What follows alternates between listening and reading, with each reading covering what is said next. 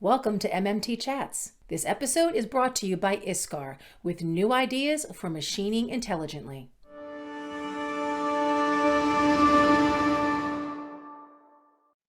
Hey MMT followers, Christina Fuges back for another MMT Chat. I'm with MoldMaking Technology, and my guest today is Bruce Cateon. He is the executive advisor at OASIC Consulting, but I know Bruce from his years with Millicron, Moldmasters, and Husky. He was kind of my hot runner go-to guy back then. But today, he is here because I want to talk to him about his latest passion project, the Injection Mold Design Handbook. And him and I were just talking, this is a heavy handbook. This falls right in line with a recurring conversation I've been having mostly over the past few years, and that is the lack of fundamental mold design in education and training. It's just been a conversation over and over again. And then boom, I get a call from Bruce late last year, who I hadn't spoken to in quite a while. And he was telling me what he's been up to, developing this design handbook. So hello, Bruce. Hey, great to see you again. You too. All right, so why don't you first give our viewers a little background on your experience within the mold making, the molding, and the plastics universe? Well, I really started in mold making. I started at Husky as an R&D engineer, sort of worked my way up through the design groups to become an engineering manager of molds at Husky. Then I led a systems group and eventually ran their packaging business. During that time, I worked on the hot runners as well as molds. And then I moved over to Moldmasters in 2007, spent a bunch of time with them until they were acquired by Millicron and became Millicron's CTO, and worked with them till 2018. At that point, I left and I'm working as a consultant and, as you say, on passion projects after that. All right, so let's get into this book. So I have to know, what was the motivation behind writing this book? Well, it's like you and I talked about, Christina. It was that the mold making industry just takes too long to find and develop new designers, and it's a constant struggle. It was a constant struggle for my entire career to find good engineers and to be able to train them and get them up that steep learning curve. So this book was really a way to try and address that. The designers and engineering managers I talked to, they wanted a handbook to help guide their new engineers on best practices, commonly used formulas and examples. They didn't want a theory-heavy textbook, but something that could be used as a handbook to refer to help them to learn and to have as a reference. So that's why I created it. And it's not just detailed for mold designers. It's really takes you right from the plastic part right through to testing of a mold. So it's useful for project engineers, designers, people in manufacturing, the whole gamut. Yeah, I agree with that. When I was going through the chapters, I was like, wow, this is not just one segment of making a mold or a part. It's the whole beginning and end. And it's a nice, I don't want to say summary, but yeah, it captures that whole process. So I did you acknowledge a lot of people. I mean, a lot of people helped you put this book together. So I kind of want to bring the preface to life of this book. So first, let's tell everybody, who is Herbert Reese? Because I know he's had a bunch of books already. So talk about who he is. Yeah, it's a great story how Herbert and I connected, because he was a very passionate and innovative engineer. He spent the majority of his career at Husky, and he became the VP of engineering at the time of most of its formative years and worked on some of Husky's early innovations that drove the packaging industry. Later in life, when he retired, he became an ambassador of mold design, supported by the Canadian government to help develop mold makers here and globally. He created some of the first mold design manuals at Husky and continued to develop them afterward. Around the mid-90s, I was doing quite a few talks at conferences and at Antech and things like that. So Hanser approached me and said, hey, would you write a short book on understanding mold design? Christina, at the time, I had one in diapers and one on the way, so I really couldn't spare the time. However, I said, I know just the guy, and that was Herbert. So he went on to write 4 books on mold design, and then he passed away in 2010 at the ripe age of 95. But he was still writing books right to the end. As a matter of fact, his last book that I co-authored with him, he had written it, and he said, Bruce, look, I'm just getting out of date. I'm in my late 80s. I really need some help. So I said I'd help him out and ended up as a co-author. And then, you know, when Herbert passed away, they've been looking for somebody to bring his books up to date and bring them to current state of the art. And they were bugging me, and along came COVID, and that was lots of extra time. So See, if it was wasn't for blessing, COVID, right? I don't think the book would have existed. So it gave me lots of time. So that's great that it was kind of came full circle. So you were Yeah. initially approached, you couldn't do it, you didn't have the time then. Herbert took that over, you're continuing his legacy, and then you actually had the time because of a pandemic. Yeah. A lot of coincidences to put this project to, you know, to get it happening, to make it come to fruition. So writing, I mean, being on the editorial side and writing technical articles and being involved in putting content together, it's nothing like a book, nothing like a technical handbook. So can you take me a little bit through the process of getting this written and getting this published? Well, first of all, having a publisher is a huge benefit. Hansard was fantastic, start to finish, and everybody knows Hansard is a large publisher in this space and in others. So they understand the process. They guided me through it, creating, approving the synopsis, writing the draft, editing, reviewing, getting permissions and finalizing all our steps that are consuming. But of course, they took care of the printing and publishing of the book. Right. All in all, Christina, it took about 15 months start to finish. Okay. Wow. To get it done. So, but Herbert's contributions, because I took parts of his previous books, they helped. That was about 30% of the book, and then updating that and then adding new content. Okay, so his really served as, I wanted to ask you about like organizing all that content, but having all those past issues, that kind of helped. That helped you, the thought process, right, in the organization. Yeah, that just incidentally, the original synopsis for the book was 300 to 400 pages. So I obviously I carried away. It ended up being over 800 pages. I just kept thinking of things that were missing, or my reviewers asked for additions, and you know, there were so many great offers of contributions that I just couldn't leave them out, and they needed to all be there. I feel they're all meaningful. So absolutely. So it's something that kind of fed on itself, because you're right. I would think the more people you have involved that, you know, are passionate too about what they do for a living, no wonder it's so big, because the more what they're bringing to the process, you want to include it, because everybody's part is important. So I can imagine it'd be difficult to whittle this down to something fewer than what it is now, right? Yeah, but it taught me a great lesson. It taught me the lesson that everybody wants to contribute, but there's just not that person that brings it together. So I was able to kind of bring it together, but everybody in the industry wanted to contribute. They all said, what a great idea. We really need this. Here's my stuff, just if you can put it together. So sometimes it just takes that person that's got some spare time to put it together. Yeah, well, they said like every crusade or every cause needs a champion, and that's who you were to help organize that. And you're right, that's a very important role to help get things off the ground. What would you say was the hardest part of this whole process? It was the discipline to get up and write or draw every day when sometimes you really don't feel like it. The editing and reviewing process was way longer than I thought. I had an amazing editor. He has a PhD in book editing. I didn't even know it existed. Oh, wow. This guy made me sound way better now than I did with my original draft. So having somebody edit and review it is hard sometimes because they can be critical, but it's for the best interest and the best interest of the reader. So yeah, it was hard to get up some days and just continue to writing because it's a long process. It's a long process. What did you learn about yourself? I know way less about mold design than I thought I did. I learned that the mold design knowledge in the industry is still fragmented and it's inconsistent in some cases or conflicting.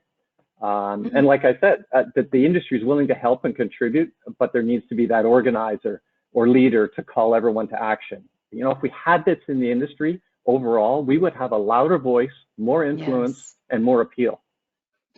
Actually, that's a really good point. Two facts like that. You're right. We would get more accomplished nationwide or globally with legitimizing this industry, but also it really would help with the whole education aspect, because I think everybody gets there's a value to working locally, working with your local school. Don't get me wrong, because we all need to do that. It's the most important thing. But all that knowledge, and you're right, it's so segmented, and people do things their own way. So I find it interesting that you're learning that not that there's right and wrong, but there's got to be a lot of exceptions to way, right? Depending on the application or just the process that a shop uses or a customer uses that can influence mold design decisions or any decision in the process. So that is interesting to gather all that and present best practices or options for how to design a mold. Options, because a lot of times there is several ways to do it, and sometimes one mold maker might have more of a preference to do it one way than another way.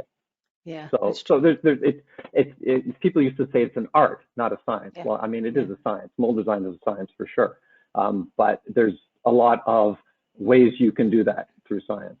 Oh, totally. And I like art, and a lot of even the scrap from mold making is beautiful, is art, right? But it's important that we call it a science and that we call it technology, because that's what the next generation needs to understand, that this manufacturing in general, it's technology. I was talking to someone recently about just like the S&P and how people look at different companies. And somebody had said to me, looking at the S&P, where does the first manufacturer pop up? And it was interesting when you list all the companies, what we typically call a technology company should be a manufacturer. Manufacturing is technology, and yet it was way down on the list that you would even call out a traditional manufacturer like us. People think of Silicon Valley, and that's about it, right? And software companies, when what you do and what you've done is technology. So I think, again, this handbook is showing the technology and science behind this art and craft, right? Exactly. Yeah, I always say, actually, Herbert told me this at the very beginning. He said that the mold is the heart of the work cell, the injection molding work cell. It is the single thing that changes every time, and everything else in that work cell is a slave to that mold. And yet we give the mold much less importance than it should have. It's so true. You're just preaching to the choir there, because that's I know. because that's why we have this, right? Yes, exactly. All right. So what is your favorite chapter in this handbook, and why? I think my favorite chapter is chapter 18. It's the chapter that has all of the examples of mold designs in it, and it gives the detail of a specific mold design that really follows up on what was taught during the book. And as a designer and an engineer, I'm very visually oriented. So being able to see it in the examples and show it in actual mold designs was, to me, very valuable. And it calls out the support I had for everybody, because there's more than 40 different mold designs in this book that were contributed to. I had 3 different universities that contributed. I had other mold designers like Don Smith. He gave me a couple of his mold designs he uses to teach mold design. I had 6 different hot runner suppliers and a number of machine suppliers. So it's really a collaborative book. And chapter 18 really shows that. And that's what I like the most about the book, the collaborative visual. Yeah. And that had to be, was that the most difficult part too? Because I even know, working with Don on his passion project of coming up with a virtual curriculum, it was hard to find and get permission, right, for mold designs to be able to share with students or current apprentices or mold makers, right? So was that a challenge at all? It's interesting because the owner-operated mold makers, it was easy because I just talked to the owner and he said, yeah, here, use this. But I would say the publicly owned or private equity owned ones that had lawyers were a lot harder to get it, because I had to go through all these legal documents to get everything signed and made sure. So, I really like those entrepreneurial owners. They helped a lot. And that's what it's all about, because I look at mold making as a community too. So that's that community aspect where they get the value of sharing, right? Yeah. That's the only way we're going to keep this industry going. So would your favorite chapter be different from what you believe is the most critical chapter for someone using this handbook? Yeah, a little bit. I mean, all the chapters work together. They weave together like a chain, and the chain is only as strong as its weakest link. So, they all have to work together. But some of the most critical chapters have less to do with mold design and more to do with the elements around mold design. For instance, chapter 3 on plastic part design for mold design is so critical, because so many, it's like the old adage about, you save a penny in design, that saves you $1,000 when the part goes out the door, right? So the things you do at the beginning of the design are so critical to the design of the mold, the manufacture of the mold, and ultimately how the mold works. That's why the plastic part design for mold design is so critical, and so many mistakes have been made there. And then specifying the right machine for the mold. How many times has a molder put the mold, which they just paid hundreds of thousands of dollars for, in the wrong machine, right? So those ones, although they're not integral to mold design, they're so critical to how the mold will work. So I think they're critical. A lot of people say the future of mold making is mold design. It's part and mold design. It's design and engineering. It's the core of the future. I mean, I think it's always been important, obviously, but I think there's more and more of a focus on that aspect of that whole process. So I agree with you there. Absolutely. So let's take a little peek. Let's get your impression of education and training as a whole when it comes to plastics and even mold making in specific. Like, what is your perspective on what the state of that is today? I think I alluded to it in the beginning. I feel it's fragmented and inadequate right now. At the college and university, the emphasis is on theory with a lack of practical training. And in North America, the lack of apprenticeships means there's a long, long learning curve. We could learn a lot from the Europeans in terms of the apprenticeships they use and how they use that to teach and develop their mold makers. There's very few courses and fewer colleges with courses focused on mold engineering. I mean, I love what Don Smith's doing, like making those courses available online. I really want to send a shout out to him because it's fantastic, and everybody should be supporting what he's doing. Exactly. Mold design is complex. It's very complex. It involves all the aspects of mechanical engineering. It's not at all trivial. And the thing is that people always forget that each mold is unique. It's not like we're doing something once and then repeat it a whole bunch of times. Every time you have to go through all of this stuff, all of these aspects of fluid dynamics, statics, dynamics, materials, all that in every mold.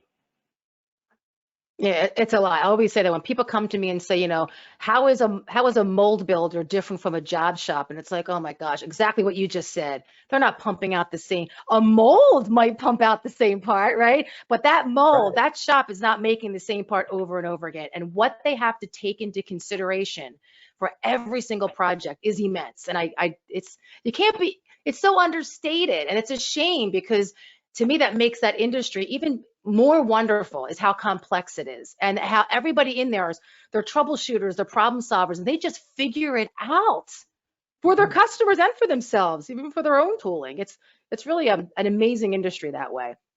So what would you say, what's the biggest challenge? Don't say workforce development or education training. I want something other than that. What would you say is the industry's biggest challenge right now, outside of the obvious?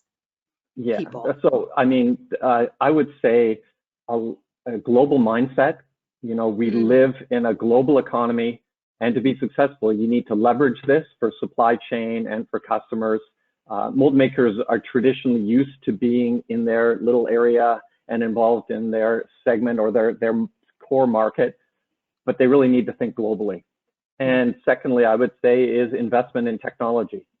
It's a big challenge because they're always strapped for capital.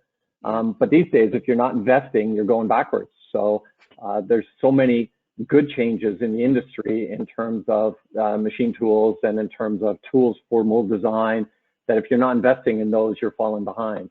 And I would, of course, mention recruitment and education, but you don't. I know. That's the obvious one, which I feel like we've been talking about that forever. So it's still baby steps in getting the right people. And to me, it's always been the gigantic marketing problem that no one acknowledges that as a viable career, but we can go down a rabbit hole with that. So, but speaking of the people side, Bruce, how would you define the mold builder of the future? Like, say 10 years from now, like, what are the characteristics and qualities you see the mold builder of the future has to have? I'm going to say 5 things. First, a leader, somebody with steely resolve to be successful and achieve their bold strategic goals. People who drive the industry to a next step, a next place. I mentioned about a global thinker, someone who leverages skills, technology, parts in the best place around the face of the earth, not just locally. Somebody who's willing to partner with somebody for a win-win. You know, there's lots of opportunity to work outside your traditional markets. An informed risk taker, somebody that's willing to invest for the future in training, development, innovation, new technology. You know, mold making has been around for centuries, and it will continue to be around for as far as I can see anyway. Fourth thing would be somebody who's agile, willing to adapt quickly. You know, the world moves much faster now, and the mold builder must do the same thing. They must be willing to adapt fast. Yep. And to be involved and informed, listens to the voice of the customer, knows the market, and invests in knowing the market. That would be the 5 things I'd pick. I love that. That's a great, I love lists. So you just summarized that very well. Boom, boom, boom. All right. With all your experience in mold making and plastics, what do you think has been the biggest change that you've seen in mold making in your career? Yeah, for me, it was easy. It was the digital age. You know, I started working on a drawing board, you know, CAD, CAM, automation, associated tools like FEA fundamentally changed the industry. So that to me is the biggest thing. Okay. What has been the most impactful technology? Was this the same thing? I would say within that, molding simulation software. Okay. It has allowed a step change in improving how molds are designed. You can see and predict things you would never have thought of doing before this was around, and it's gotten so much better. I mean, I started with some of the most basic simulation software to try and predict the pressure drop into a hot runner. I mean, and I was having to build these FEA models by hand in the beginning. Oh my gosh. It's so much easier now. Isn't that crazy? That also makes this so valuable because the youngins coming in aren't going to know any of that.